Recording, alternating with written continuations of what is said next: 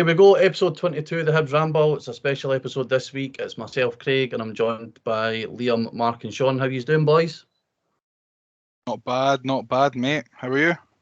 Aye, good. Been looking forward to this for a while. Buzzing.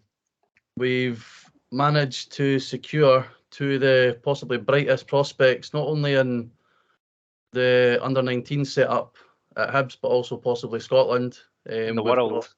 In the world, aye. Aye, we'll go down the Leanne Dempster route, like what she did for the show. We've got, and thanks very much for joining us, boys. We've got Ethan Laidlaw and Josh O'Connor. Lads, how you doing? No bad. Good. Good to have you on. And thanks to Gav Ritu for Hibs for setting this up for us. We really appreciate it. Right, so we're just going to get into it, boys. I've got about 10, 11 questions for you, so I'll just come to you one at a time and you can answer it. Josh, seeing as you were here first and you had all your setup done on time, I'll come to you. What was your first football kit? I would have been a Hibs one, definitely. I would say probably 2005, 2006 Hibs. Probably about then. Just after probably first born, something like that. That's all I can get, to be honest. The one I can remember first probably would be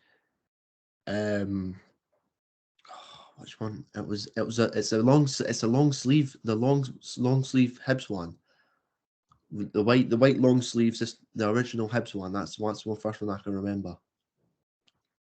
So I think what one that could have been, because they're pretty much all white sleeves. Aye.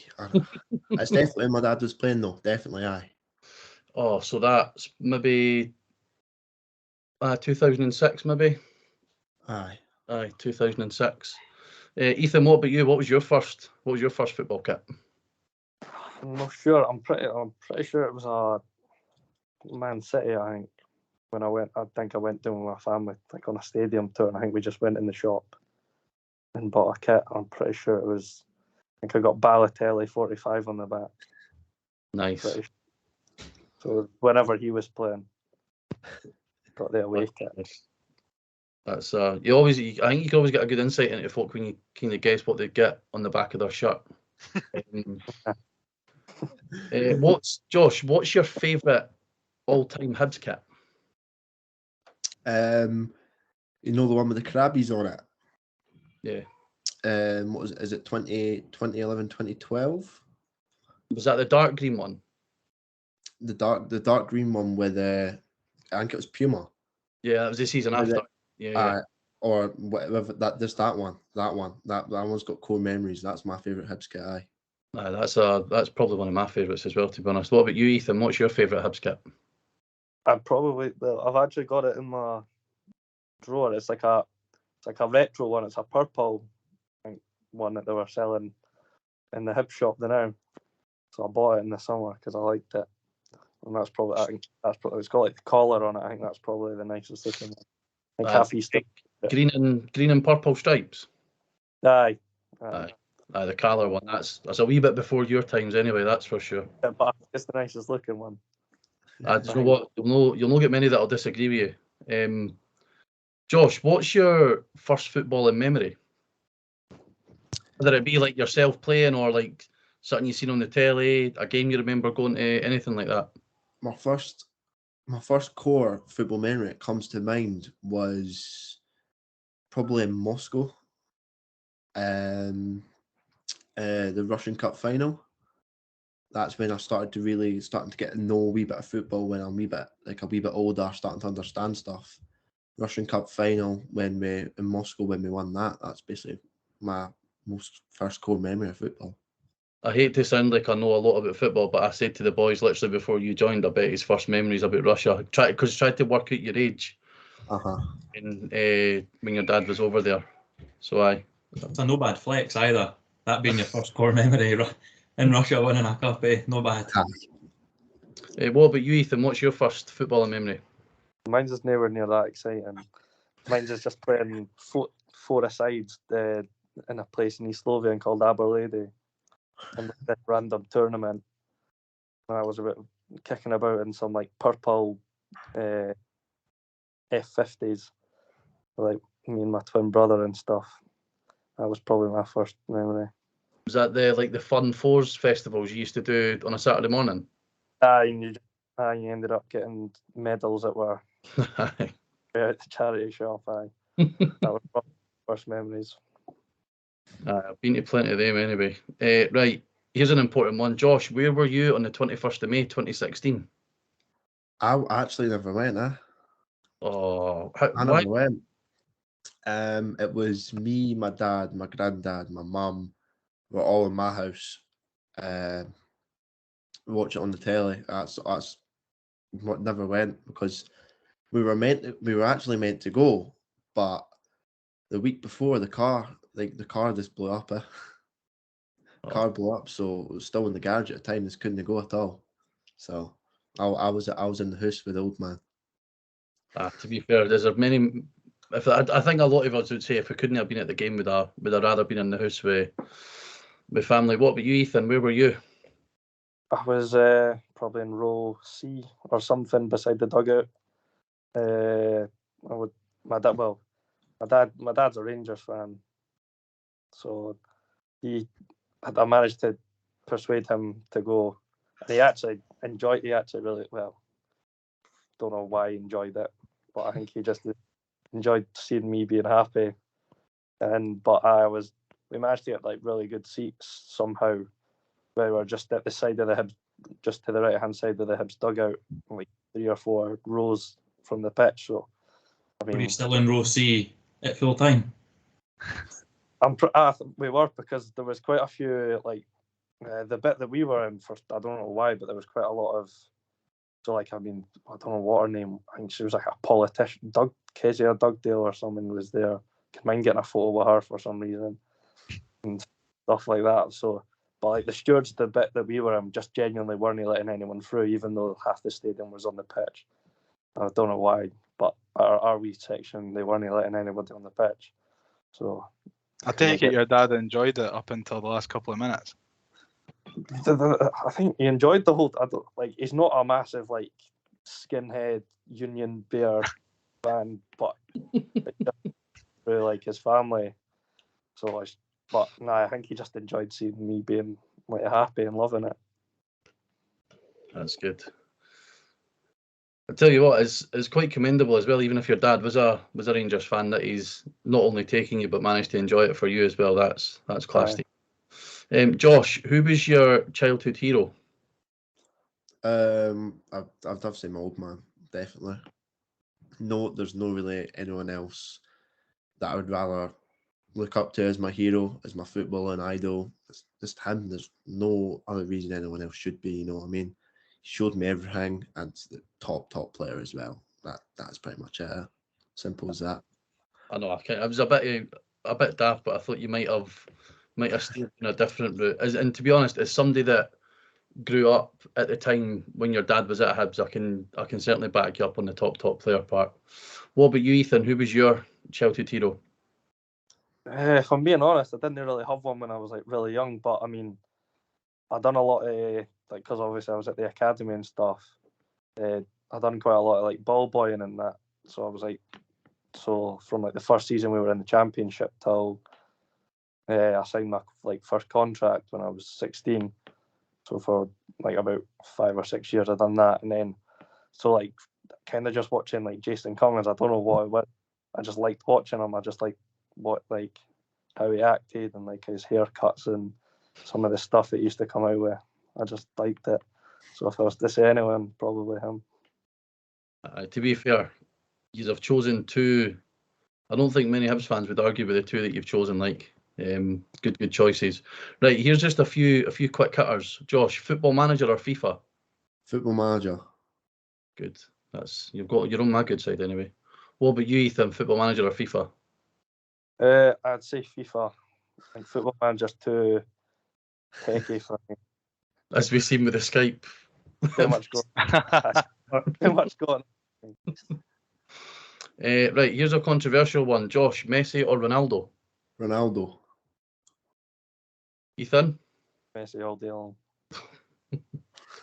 I bet you used to argue over whether it's sunny or raining outside, eh? I get that feeling for you already. No debate. Josh, what's your favourite cheat meal? Chinese. What's your Chinese order? Chicken fried rice, curry sauce, chili chips, what else? Noodles, and what they called again? The salt and chicken, salt and shredded chicken. That's the one. Nice. That's a solid answer, by the way. That I like is Chinese, by the way. It's Yeah, that's not a cheat meal for me. That's like an everyday thing, eh? a lunch. that's one. What about you, Ethan? What's your favourite cheat meal? Well, I don't know if you can class it as a cheat meal because I don't think it's that bad, but I think Nando's for me is up there 100%. What's your Nando's order? I actually had one today, to be fair, so I had butterfly chicken, peri chips, spicy rice, side of halloumi, and 4 chicken thighs. What spice you go for, though? Through my receipt history, because that is practically what I would order when I go to Nando's. What's your spice though? Spice peri tamer, like the barbecue one. Oh no, that's where you've let yourself down, eh?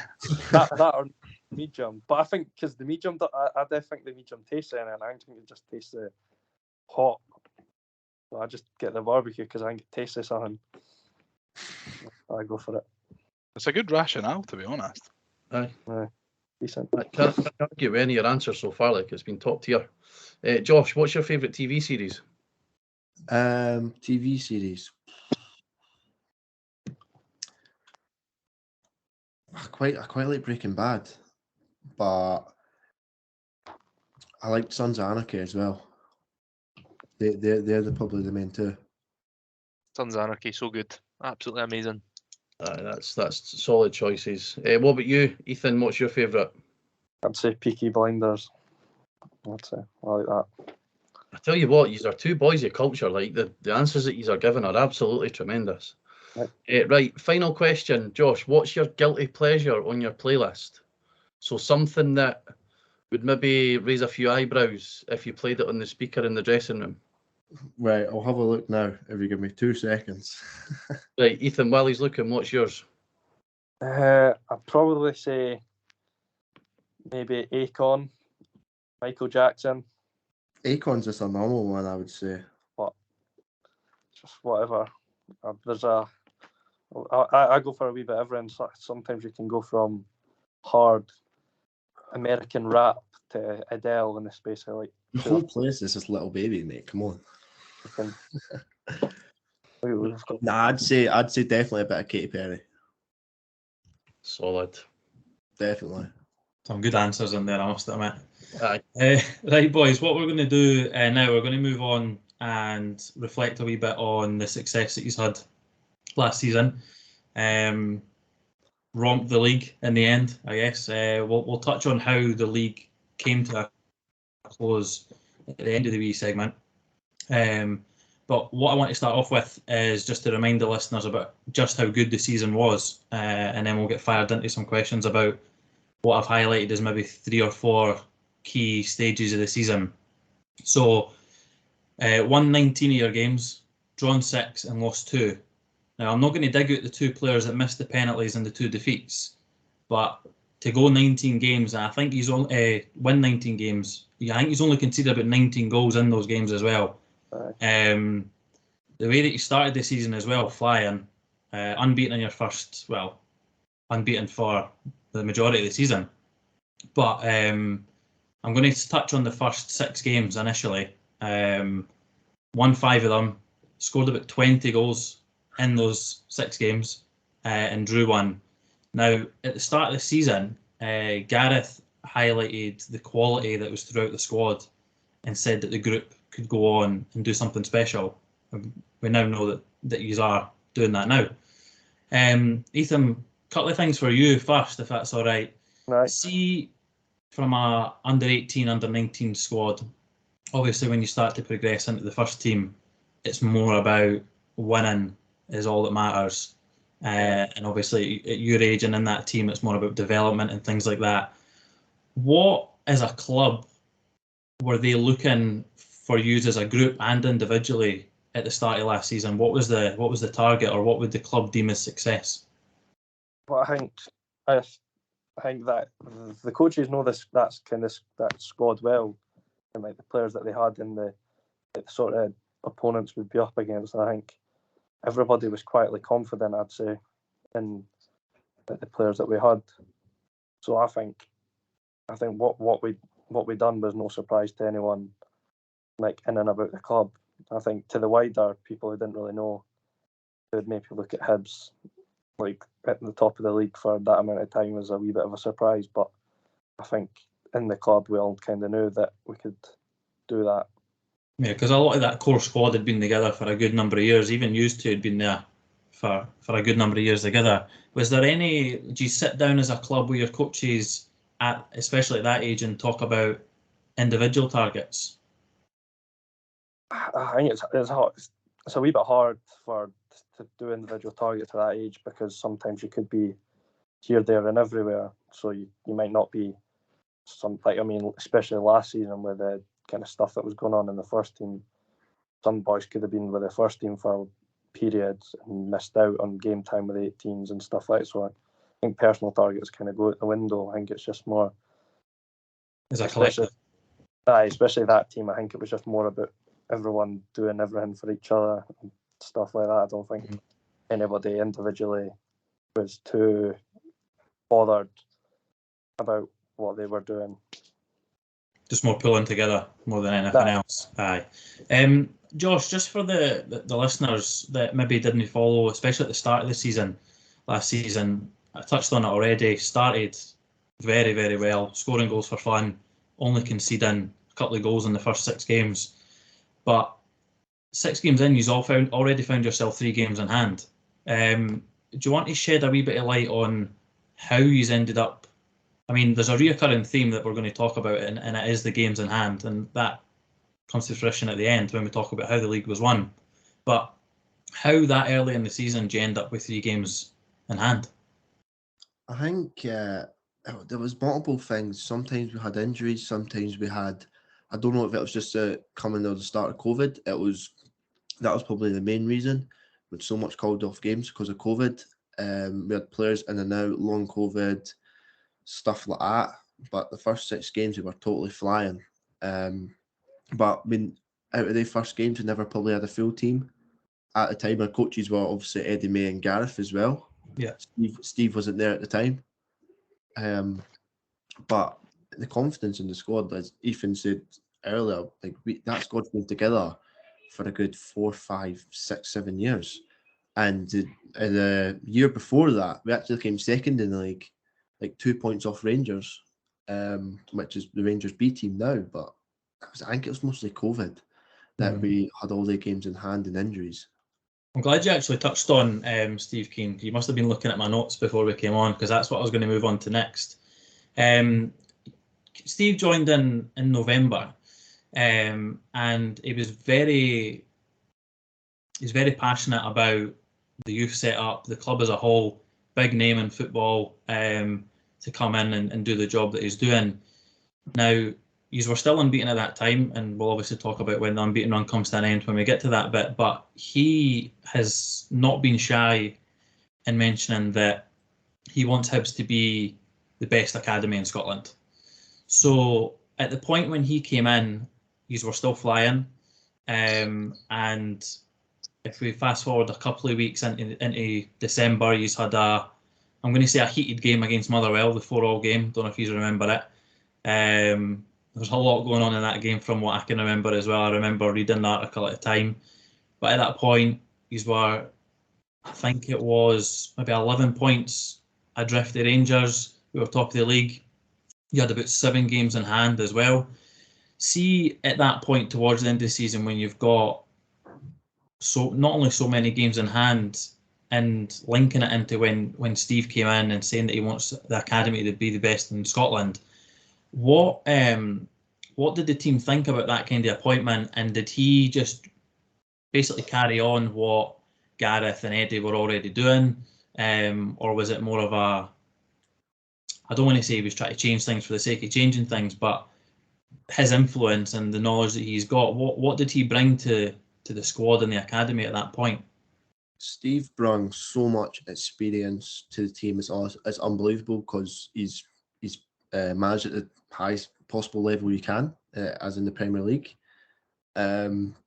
He's managed some of the best players in the world, and we all knew who he was when he first came in, and we were all buzzing because we were already a good squad, and we were just like, how better can we get with this coach that has been at the highest level possible? And we were already flying, but we were just buzzing to keep going and keep getting points. But as you said, we had so many games in hand, but it was just the point we just had to keep relaxing, keep doing our job, and just trying to get the most points on the table as we could, even though we had that much games in hand. Because at the time, Rangers were winning, we were winning, Rangers were winning, we were winning, and it was just going back and forward.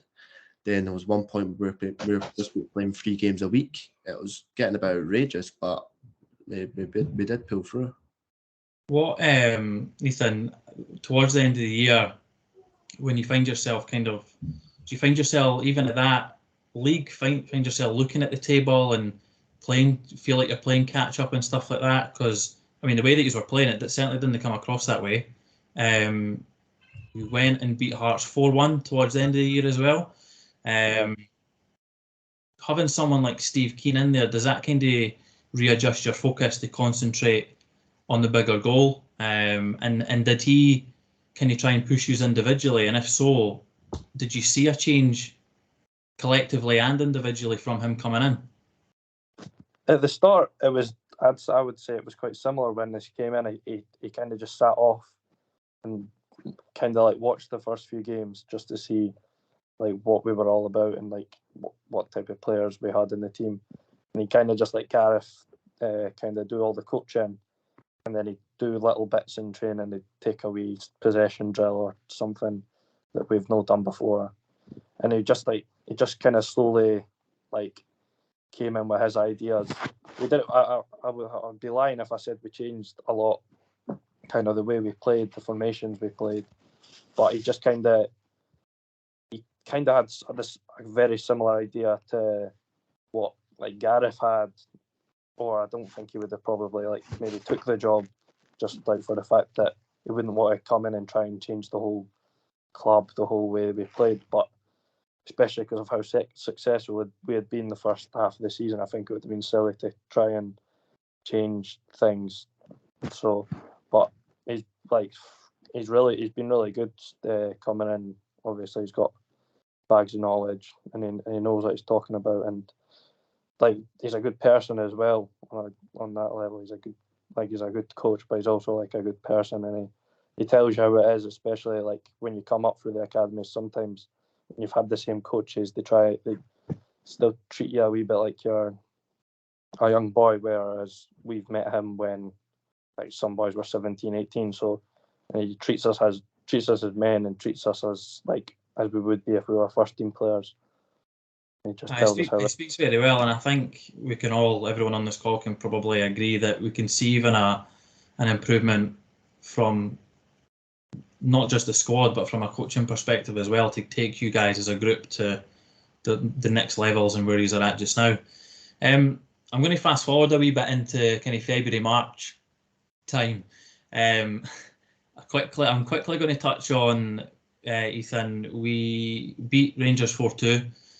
You scored 2 of the goals, and after the game you came out and said that you were quietly confident about us staying unbeaten the rest of the season. Do you remember that comment just before we got back?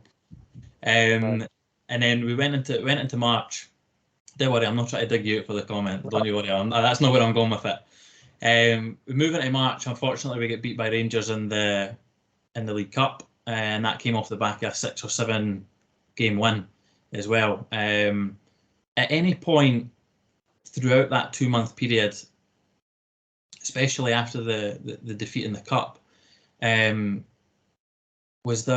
you see a change in mood or atmosphere or anything like that? A change in performances, a drop off at all? The reason I ask is obviously straight after the Rangers defeat, he's going to beat a team like Celtic 2-1, but you still find yourself playing catch up with games in hand. So just talk me through how those 2 months were and maybe how vital they were in regards to the end goal and the mood in the changing room at that point.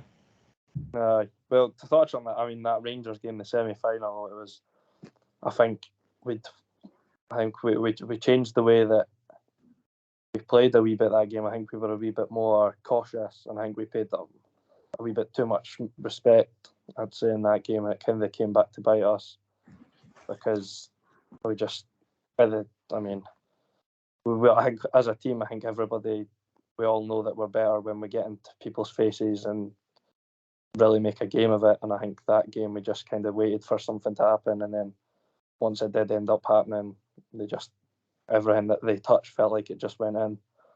So that game was everybody was gutted because there would have been a chance to play against Hearts at Hampden in a cup final where I think we would have all been confident of winning, but it is what it is. And then I think after it, I think the amount of games we were playing, I think it was always going to be tough to keep grinding out big results against decent teams.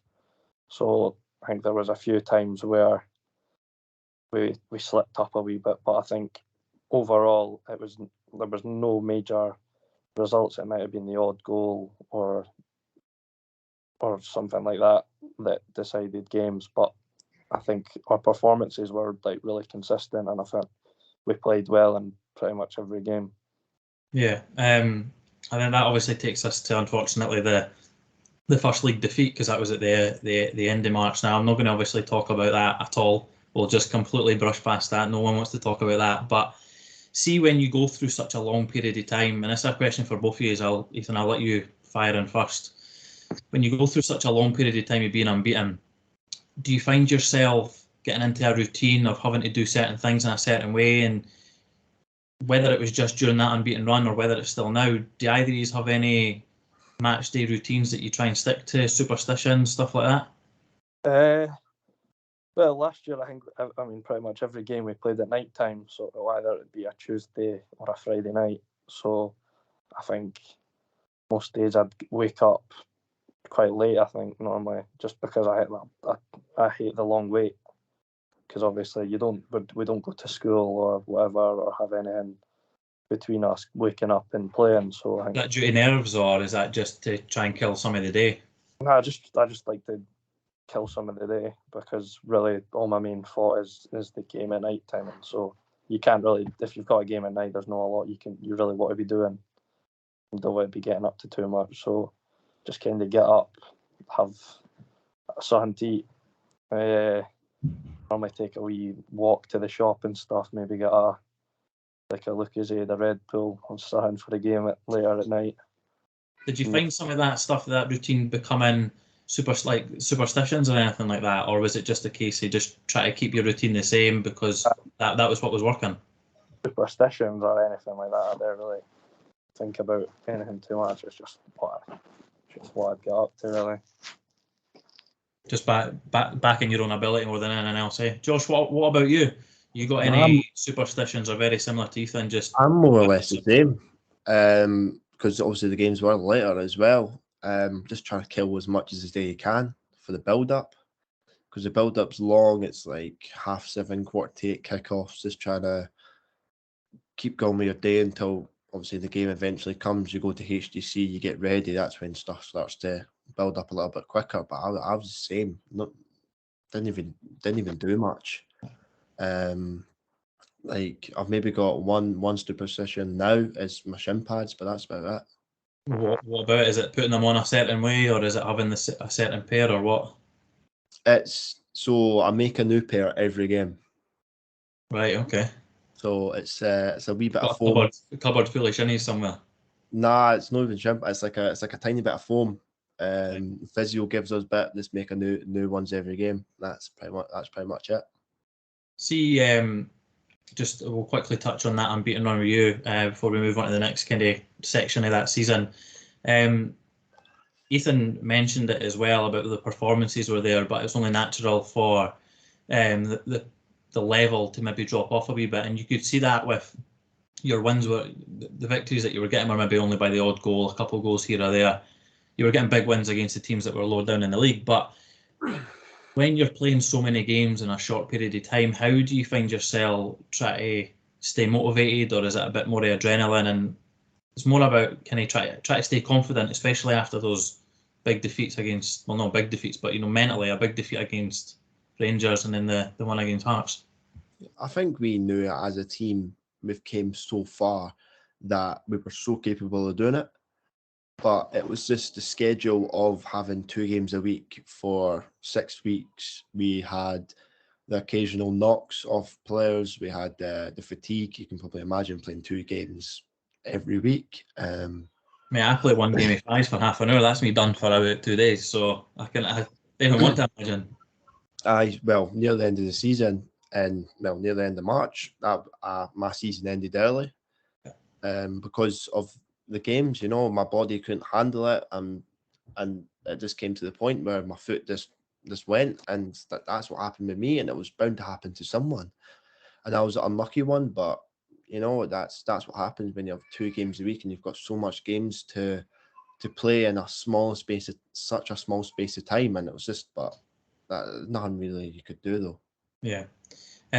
Well, just before we move on towards the end of the season, and obviously talk about the actual league victory and how all that came about, there was obviously during the March there was a shortage in the first team.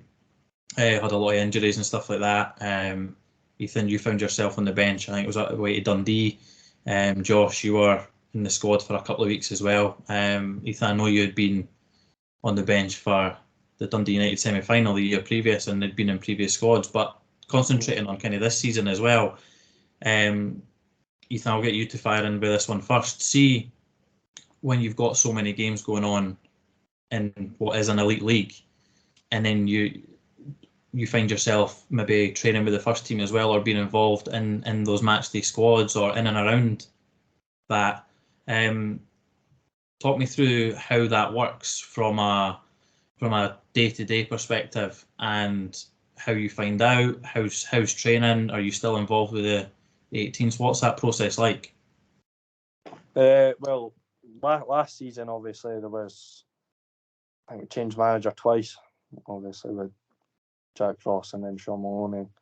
I think Jack Ross was more you'd have a lot of longer spells, I'd say. You'd kind of be in for maybe a week or 2 weeks, and then Shaun Maloney was more, I think, just whenever, wherever, he needed a few players, they'd just go over, which is kind of similar to what it's like now, I'd say, because obviously I think the first team have got quite a good few numbers now, so it's quite rare for anyone to be in any sort of squad for a good period of time now. But last season was quite tough, especially for the team. If they needed to take out 2 or 3 players of the 18s, because I can remember that Dundee game. I think it was me, Murray Aitken, I think. There were 3 on the bench because it was a depleted first team. It was. There was an 18s game across the road that we kind of had our eye on as well. So it was like we obviously wanted to be involved in the first team, but then we also kind of had our eye on winning the league, because at the end of the day we'd worked so long and so hard for a full year to win that league. So it was important to us, but obviously getting into being in first team squads and stuff, it's a good learning curve, especially that game, that Dundee away game where I was involved in, where we got embarrassed, I'd say. You're not wrong. Dundee, we got relegated. The less said about the performance that day, probably the better, But Josh, what about your experience with matchday squads? We'll obviously touch on the Aberdeen game in a sec, but you were on the bench for a couple of games before that. I remember you being on the bench for Motherwell away, because there was a group of us behind the goal when we were warming up. We were kind of shouting on you, shouting all sorts at you. I don't know if you remember that. There was a game at home as well, and then obviously leading up to the Aberdeen game, with you being involved with which was those 3 games prior to you being injured. What where was your mindset? Obviously, you want to be on the park for the first team, and that's a goal for you. But like Ethan just alluded to, you've got this target with the 19. So how did you find juggling the squad, like bouncing between the squads?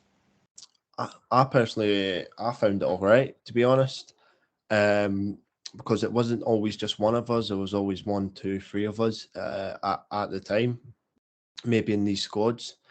But leading up to the matches, even being in the match day squads, I absolutely loved it. I just wanted to get on as soon as possible, go express myself, do as much as I can to obviously help the team, and even just to be involved. I was obviously buzzing, but jiggling it about, it was more or less all right. It was just like you're going from one team to another, which you are, but it was all right, to be honest. You weren't, obviously your injury happened no long after that. Were you feeling anything at that point, or was it maybe adrenaline that was getting you through all the games and all the matchday squads, or how were you feeling? I was in tip-top shape at the time. I never really felt anything. It was kind of obviously it was a big down when it happened, but it was just one of those things where it happens and you can do nothing about.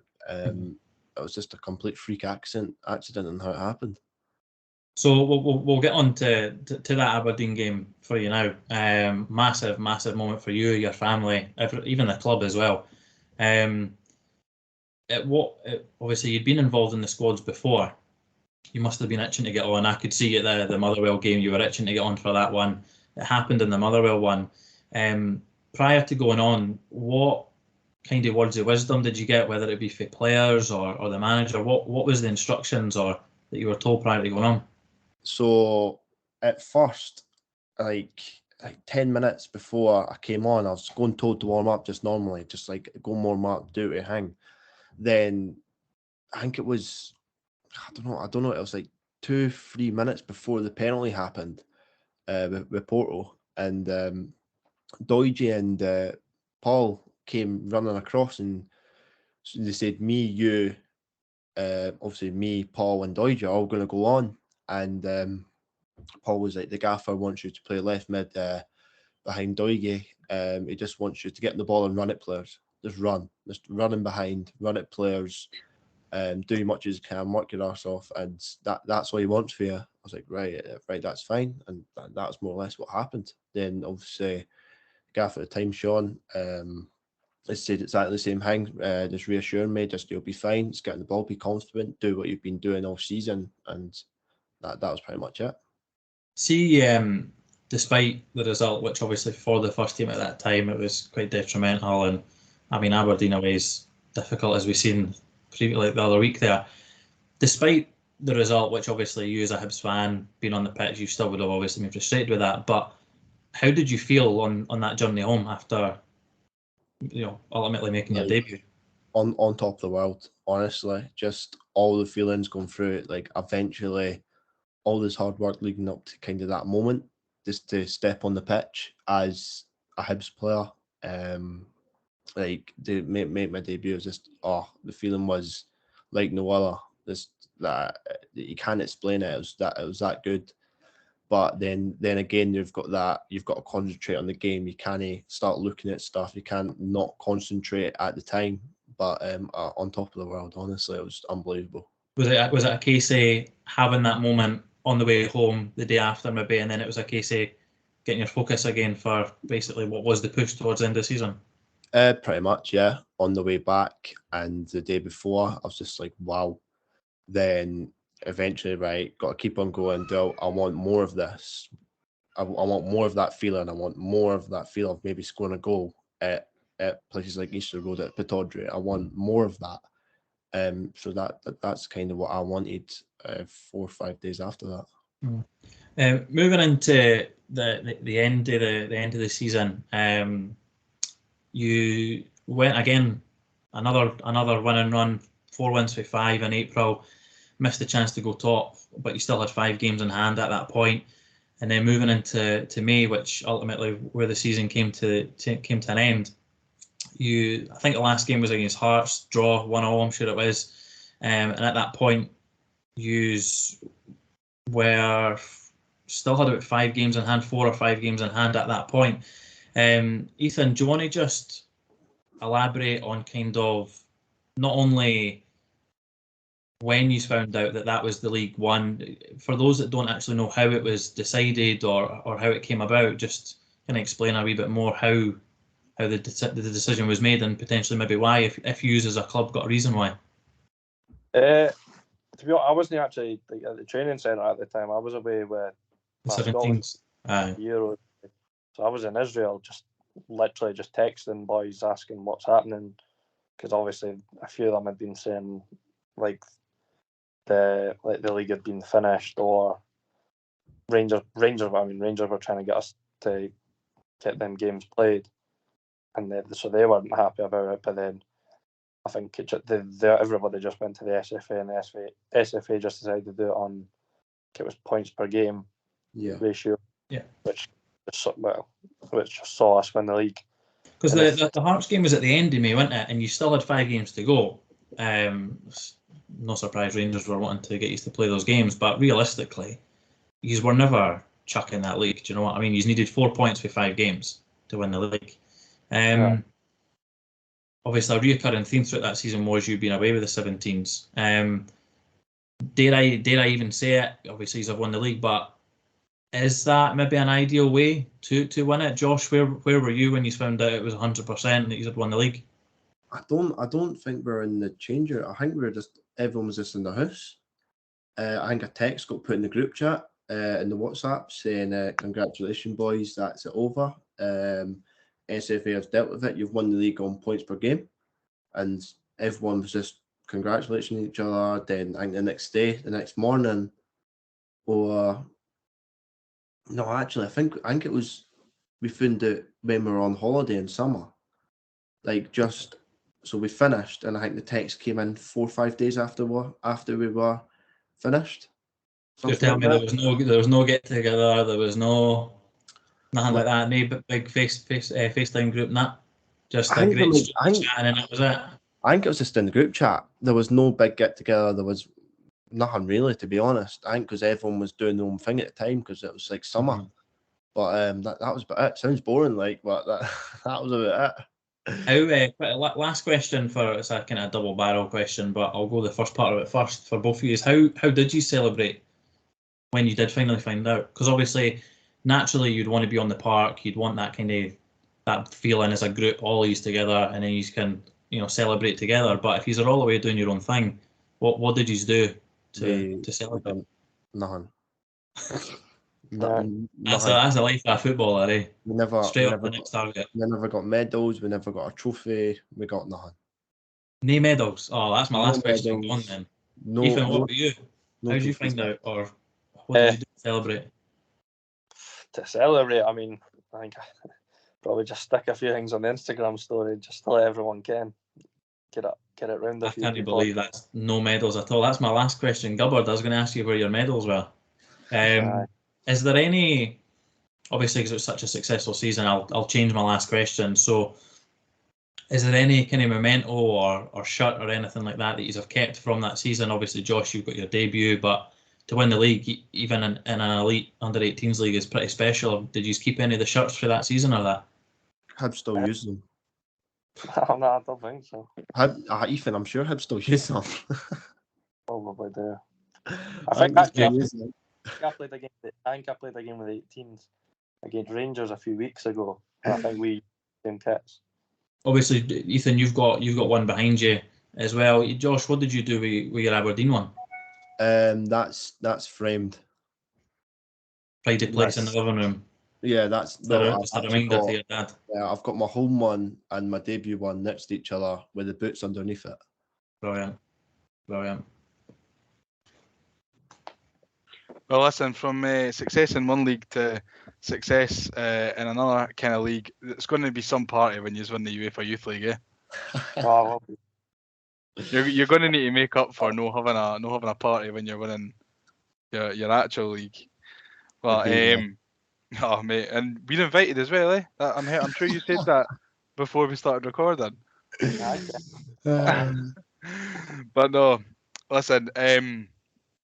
Obviously, it got off on not a great start when you got beat against Molde. But I want to talk about Easter Road, and I want to know what it was like to walk out onto the pitch under the lights, Easter Road, with that crowd backing you. I mean, just talk me through your emotions, Josh.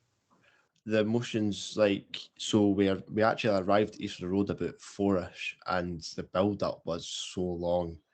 Then it was getting ready for the warm up. Then I was walking out, seeing the fans coming in, and you're like, oh, this is really happening. Then the walkout, the nerves were flowing, like, but the nerves also got a bit better when we were playing. But then you've got the Block 7 lads singing your names and singing all the boys' names. That was just what a feeling. And going 1-0 up so early helped us so much as well. It was just such a good team performance. But honestly, that feeling was just unbelievable. Like, especially to walk out, and that was my first time playing on Easter Road as well. Yeah, that's amazing. Ethan, what was it like when you go out and you see all the flags of the Block 7 and, you know, the big banner and stuff, and everyone's jumping about singing your name? Like, can you sum up like how you felt like when you walked out and you saw it, and you turned around and you saw everyone obviously in the West Stand and that? How did you feel?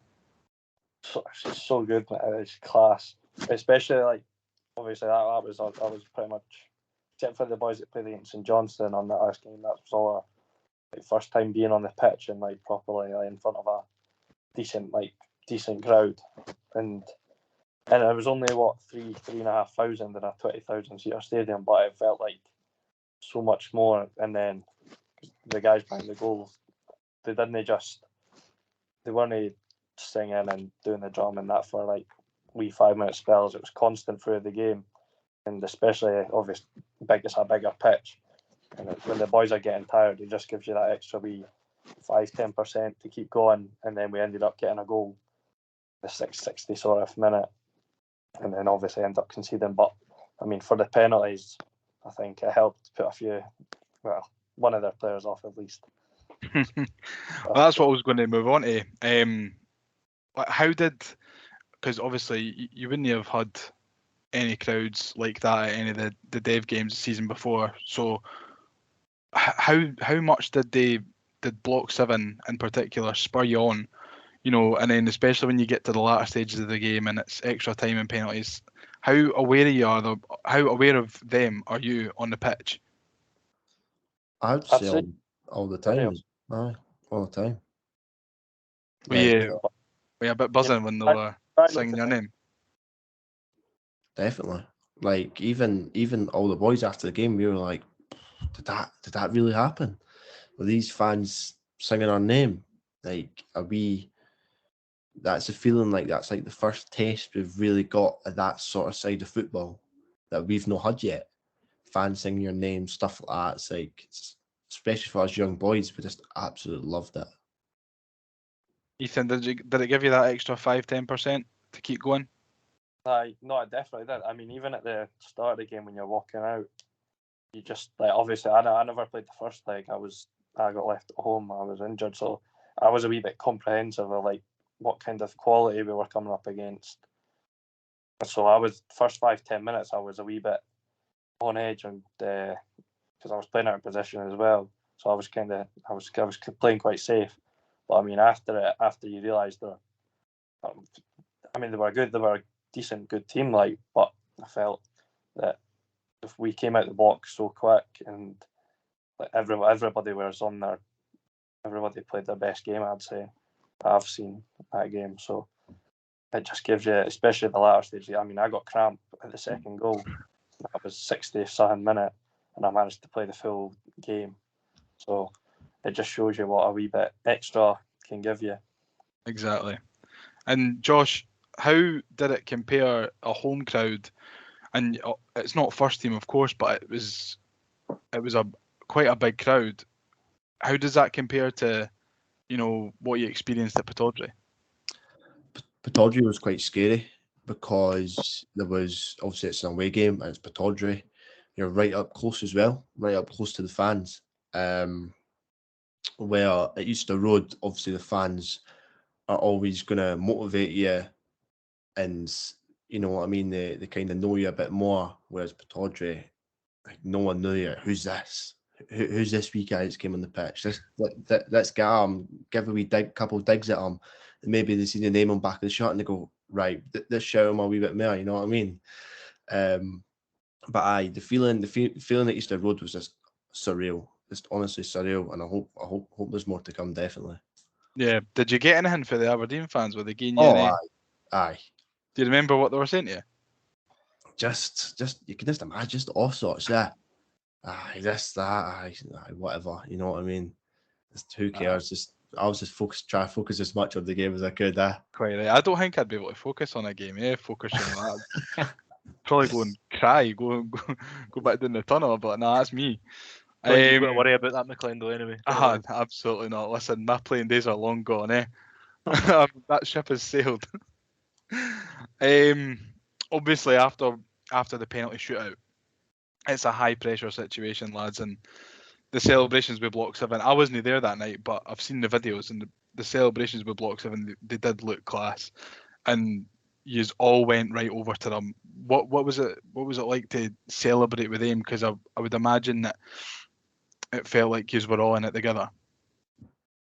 Oh, it was good. Like, it was just it was more just the fact that it was kind of a relief more than anything. I think everybody was just, we knew before the game that we could do it, and it was just another thing doing it. And I think when Oscar somehow, I don't know how, but somehow when that ball went in, I don't know what the goalie did, but somehow when that ball went in, I think it was just, everybody was just so relieved. And then obviously you had them behind the goal, and Oscar's went and jumped in, so you're like, can he leave him himself? Had to, and it was just class.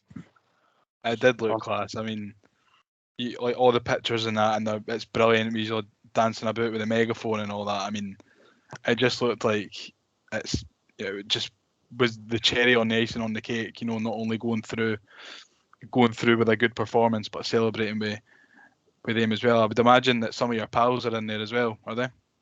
Aye. So that would have been class, celebrating with your mates at Easter Road after winning a penalty shootout.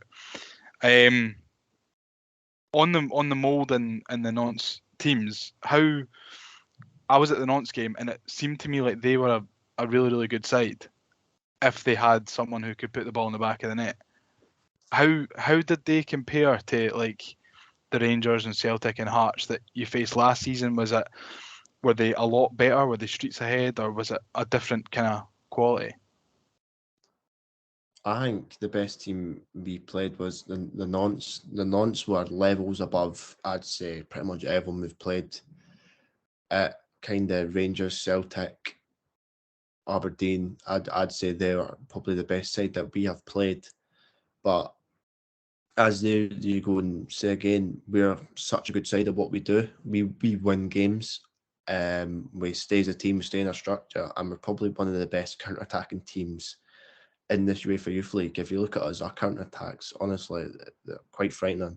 The way that's the way we play. But I would say Nantes were top notch. But I agree. I totally agree in what you're saying. If they had a number 9 that could stick the ball in the back of the net, could have been a much different story. If they had a wee French Josh O'Connor, is that what you're trying to tell me? Maybe. Ethan, did you find that as well? Did you find that the quality is streets ahead of what you were playing last season?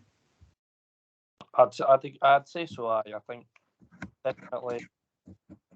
I think even defensively, structured wise, I think Celtic and Rangers, when you play them 18s, they don't have another way of playing. For like their coaches bang on about how they play, and that's it. Like they've not got another kind of way of playing. Whereas we can play high press, we can play counter attack, we can play like park the bus, if that's what you want to call it. We can do all of that. Whereas these teams that we've played don't have that, and I think that's probably why we're here talking about it. Just the fact that we've got loads of players that can play different positions, players who are happy enough to do a job. Maybe it's not their first position, but they're happy enough to do a job there. Whereas maybe these lads who are getting paid thousands of pounds a week might just throw the dummy out of the pram and know what to do for their team. But I think whereas we just want to win and just get as far in the tournament as possible. Yeah, exactly. And you put yourself into a really good position in the first leg. You've got a penalty right at the start of the second half. Ethan, you stepped up to take it. What were your nerves like? I mean, obviously, because I had a wee bit of deja vu. I mean, I felt like I was there doing it 2 or 3 weeks earlier, but obviously in a penalty shootout. But I knew where I was putting it. I knew my spot, and I was thinking about was what the celebration I was going to do after it, and that was about it. The celebration was good, to be fair. I mean, you just ran over to block 7 and stood with your arms out, Jason Cummins style. Aye. Love Jason that, mate. Was that a different kind of pressure, that penalty, than your penalty in the shootout? Aye, there was I would say there was more pressure. I don't know actually.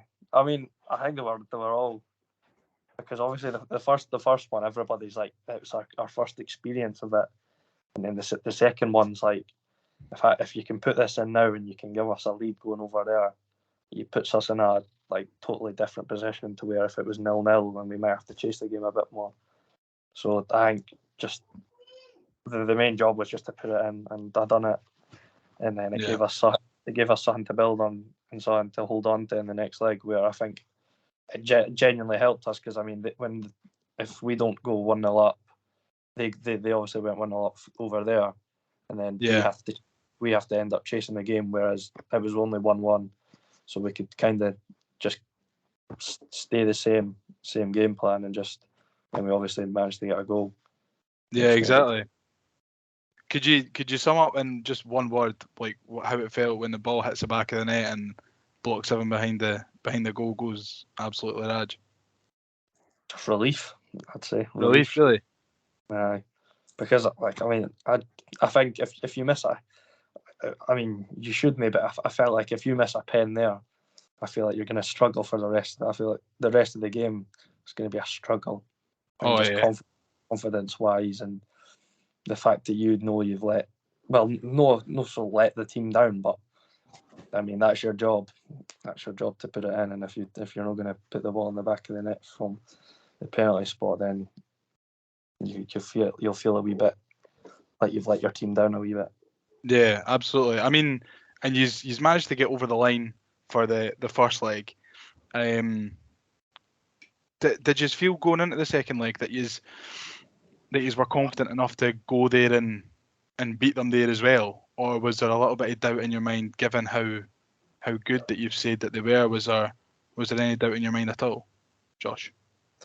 Not really. I think as a team we're just so confident. Obviously, there might be a bit like, we're going over there, obviously to France, and they're such a big team. But we prepared really well. We went on the Monday, and the game was on the Wednesday. So we travelled on the Monday, trained on the Tuesday, game on the Wednesday. So we prepared perfectly for the game, and we were just all confident in all our abilities, confident in the team, confident in coaches, confident in our play style that we could go and win. And obviously that's what we done. We went and played our game perfectly, and the game plan was nothing better we could have done. We couldn't have done it any more perfectly.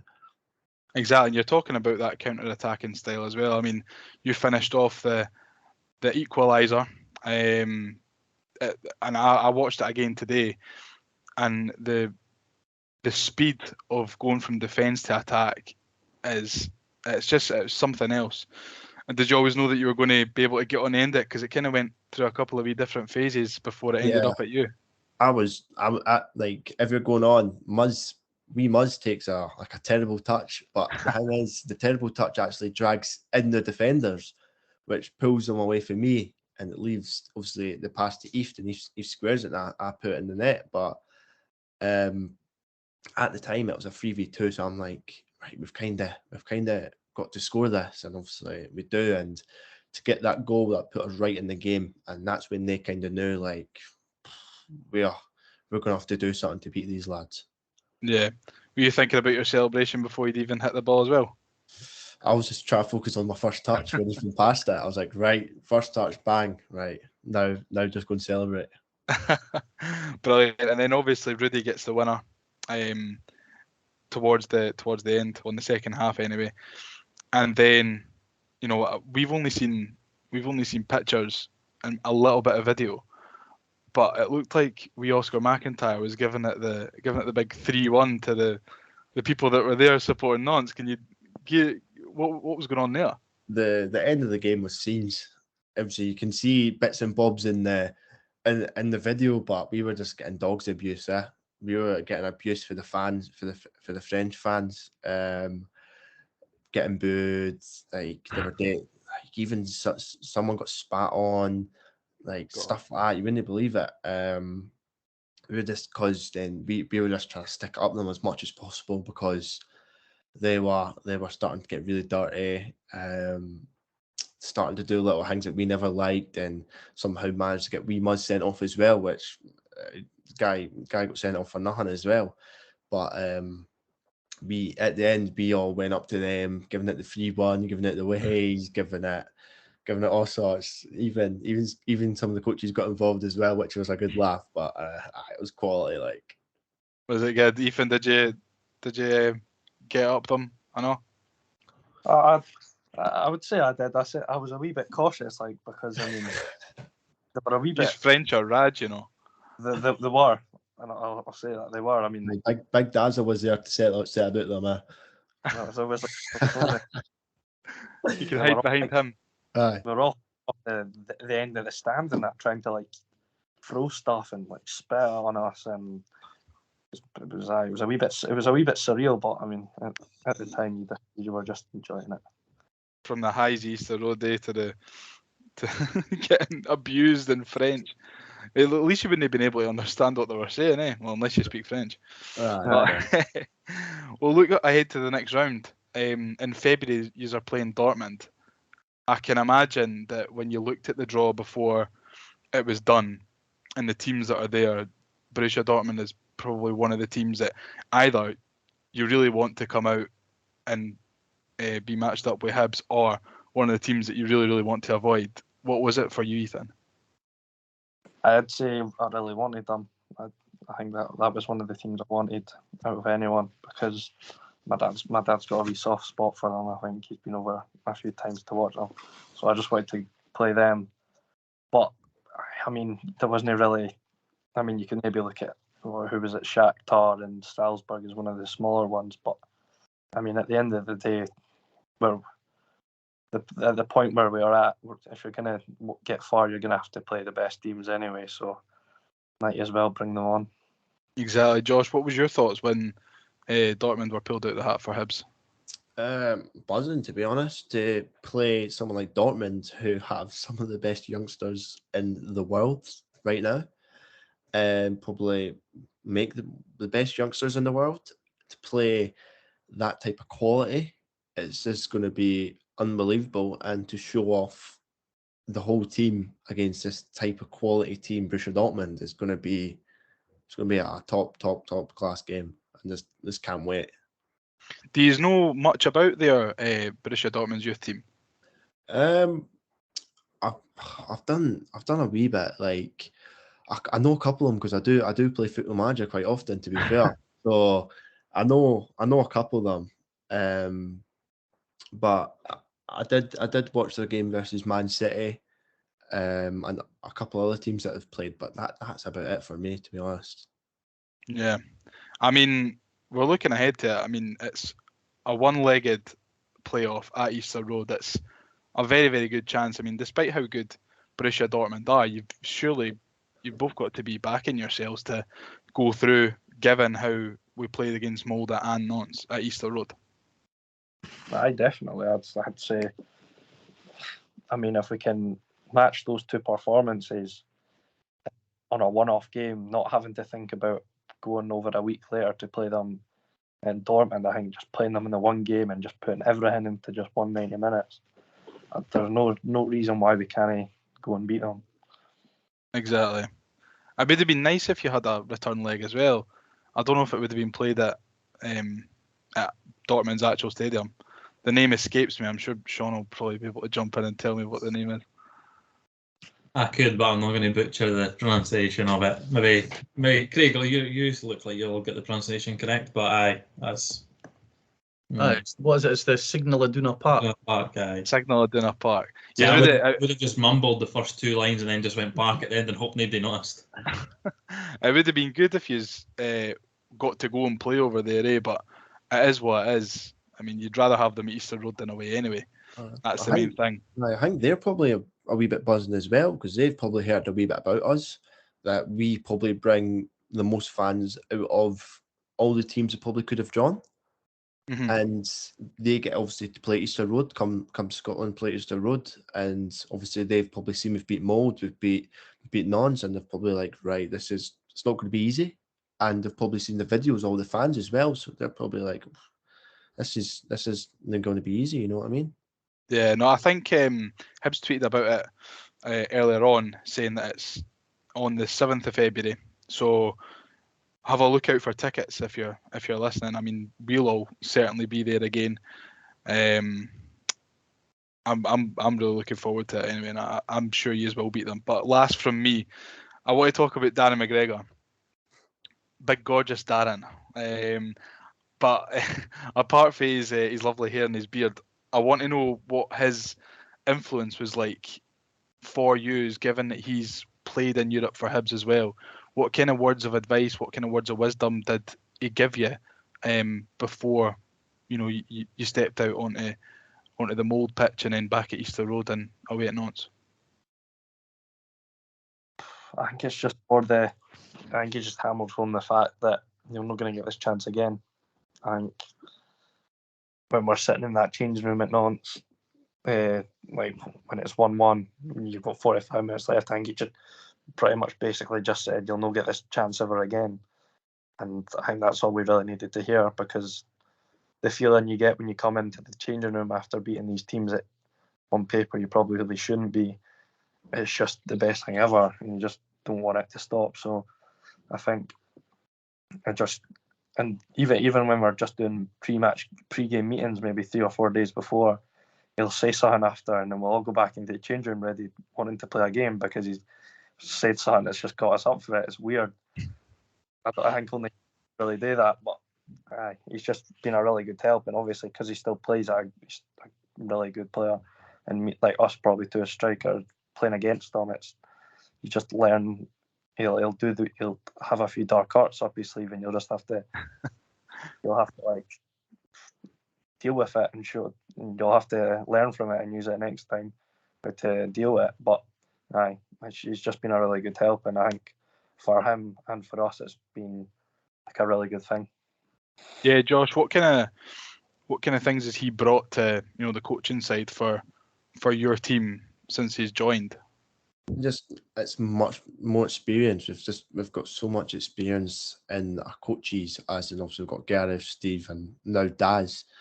The experience across the table is just more you can probably ask for. But as Ethan said on Daz, like some of the inspirational speeches he says, you'd want to kill. You'd want to kill for him. You know what I mean? You'd want to go out and you're complete up for it. Like some of the things he says, you're like, wow. Like he must do this for a living, but he doesn't. He plays football, but he's just he gives me and Ethan obviously tips, as in, because obviously he's a centre back as well, and he's played at highest level in SPFL, Rangers, Hibs, Europe, and it's just such a help, and obviously a top class coach as well. For sure. So, moving on from coaches, I think Mark's got a few questions about your teammates. If you want to take it away, Mark. I've been waiting for this, boys. I've been waiting. Best part's coming up. I'm conscious of time. I'm not going to keep this for much longer, lads, but I just wanted to touch on teammates. Obviously, the viewers want to get to know you two, but they want to get to know the teammates as well. Before I go into that, I want to touch on a former teammate. We talked a wee bit about your league winning campaign, and Connor Young helped himself to 25 goals, and Josh, you and him formed one of the best and certainly one of the most talked about partnerships in the division. Talk to me, what was your immediate reaction when you heard that he'd got his move to Rangers? What was your immediate feeling and reaction to that? I was completely shocked. Honestly, it came out the blue. No one knew. Ethan will say the same. No one knew. It just click, bang, Connor's at Rangers. We were like, wow. It was just just a big shock. You know what I mean? After getting into Europe, we've obviously we never got told who we were playing at the time, but we had Europe at Hibs, and we're just like, wow, it's like all right. You know what I mean? You couldn't really do much, but it's just a big shock. Obviously, I love the big guy. You still speak to him. Yeah. But just a shock. Do you have a wee bit of banter now about that? Well, who, me and Connor?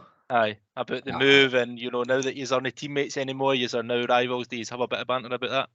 I've not yet to play him, to be fair, but I'm sure when we do play each other, we will. We'll definitely have a bit. Aye. And Ethan, obviously losing such a big part of your league-winning team, did anything change in the preparation of the new season? Josh has just said that it was a big shock, it was a big surprise. Did anything change in your preparation to Europe or the league campaign or anything like that in terms of tactics, style, or was it very much just we go again? Yeah, I wouldn't say there was too much difference, because obviously, I mean, in the 18s season, I was kind of getting played as a 10 behind Josh and Connor, so it was meaning wee Malik couldn't really get a game from until this season, where I could play up front, which is my favoured position. So it was kind of like a seamless transition, really, where Malik came in and played as a 10. I went and played up front, and then a few younger boys stepped in first, like Big Mac Weir, who left in the summer and stuff like that. So there wasn't too much difference. Everybody knew everyone. Everybody knew how to play. So it was. I would say it was quite easy.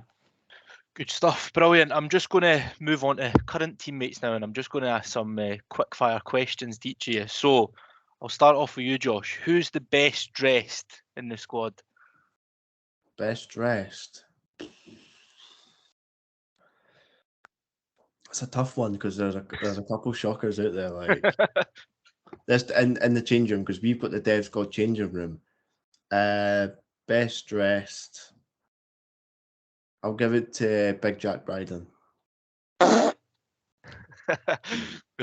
Ethan, you've maybe got the easier one here. Who's the worst dressed? Murray Johnson. There's two. Murray Johnson and his Reeboks. Brilliant. Right, Josh, who's the worst trainer?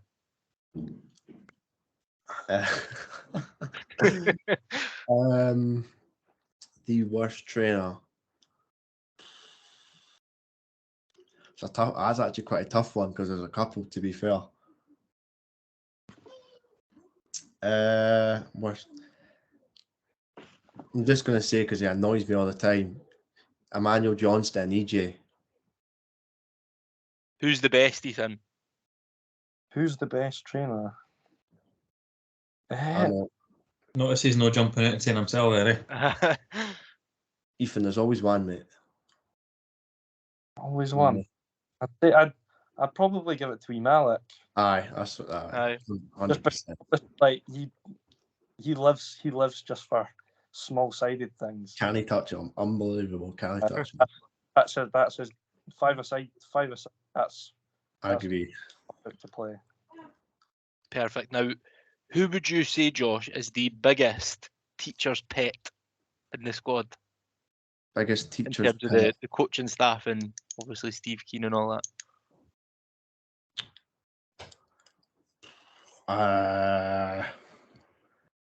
Probably Murray Johnston. Any examples of how he's a teacher's pet? What's he get up to?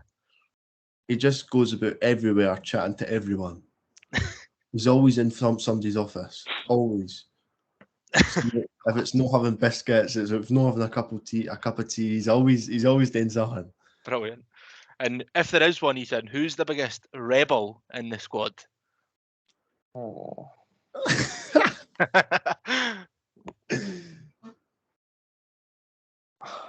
I don't know. Maybe myself. I tell you what, I could have answered that for you. Maybe myself.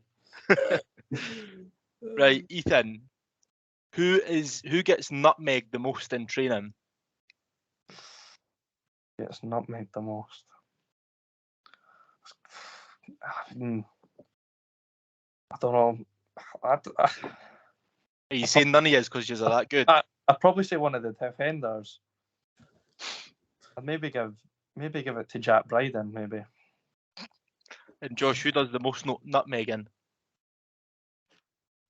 Who does the most nutmegging? I'd say Romy Hamilton and Murray Aitken. Aye. Right, I'll open the last couple up to you both. Who would you say is the most likely to become a manager in the future? There's a pair. There's a pair. I would say as a gaffer, Jack Bryden, then his assistant Murray Johnston. I was going to say, Josh, I thought you would maybe be in there with all your football manager experience. Maybe. Do you know fancy it one day, not? I'll have to wait and see. Yeah.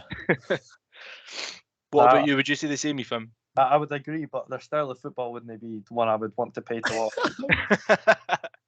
I wouldn't want to pay to watch whatever the stuff that they talk about anyway. Oh no. It'd be fine to get the Hearts job one day then, that'll suit their style of play. And my last question, again, I'll open it up to you both of you, is who's the hard man? Who's the hardest in the team? Mr. Kanayo Megwa. I'd say Canal too. There you go. He's the one to watch then. We'll need to watch him against Borussia Dortmund. Do not go near A him. player, cigars and sliggers out every game, eh? Cigar out every game. We're all Appreciate big it, lads. fans of Megwa, aren't we? What? We We're love the, Megwa on we're the this supporters podcast. club. We're going to get a flag made up for the Dortmund game. I love it. What a guy. Cheers, Right, lads. lads. Appreciate it. We'll wrap up there. Listen, Josh, Ethan, thanks very much for your time tonight. It's greatly appreciated. Thanks again to Gav Ritu at Hibs for setting this up. I think on behalf of all the boys, like we said, we'll be there. I'll probably stay away from the Block 7 boys because I was sat beside them at the Nantes game and my ears were still ringing a couple of days after it. I'm getting too old for that nonsense. So, no, we'll be there. We'll tweet out details. Obviously, get your tickets, go along and support the boys. Get a bigger crowd there, get them through. Because I think the next round is where you could get like the Liverpool, Ajax, Aye. they type of teams, eh? So just keep this run going, boys. You're doing well. You've done incredibly well last season. And for all of us at the Ramble, we wish you both and your teammates all the best for the rest of the season. Appreciate it. Cheers. Thank you very much. Cheers, boys. Cheers. Cheers, Again, guys. thanks for listening, everybody. If you can Cheers, just subscribe, YouTube, Apple Podcast, etc. And we'll be back to you very, very soon. Thanks for listening. Cheers. Cheers, lads. Bye-bye.